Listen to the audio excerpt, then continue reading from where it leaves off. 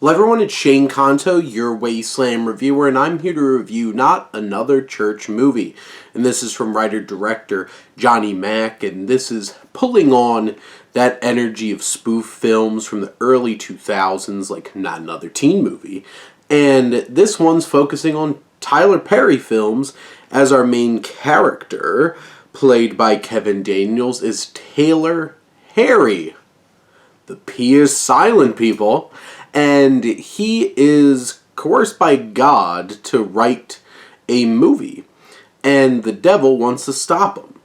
God is Jamie Foxx, and the devil, that white devil, is Mickey Rourke of all people, who is in front of nothing but green screens the whole entire time he's appearing, even when he's in the same shot as other people.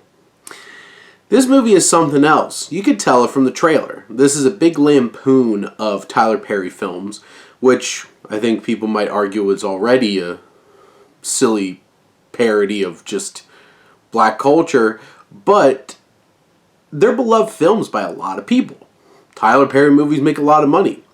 This film is taking that idea. You have that at the center, that our Taylor Harry is trying to write this film, but he's a lawyer, he's a this, he's a that, he does all kinds of stuff. And this film is, I guess, him and a whole bunch of his family members doing dysfunctional things. Daniels also plays the Medea type in this, and you have her brother, who is similar to the brother in the Medea films, and this film is interesting because, one, did I laugh? I actually laughed a decent amount.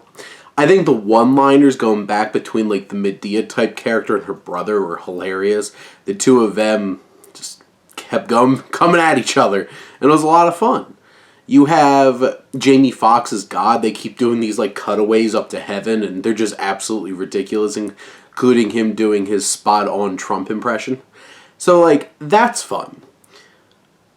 But this movie is such a mess from a narrative standpoint.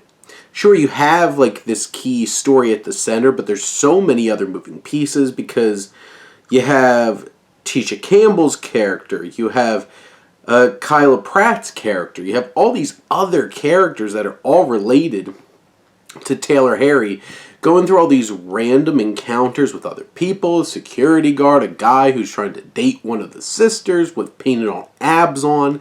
And they're the most ridiculous, absurd, sketch-ish kind of comedic setups. This film feels more like a sketch comedy in many ways than like an actual narrative comedy.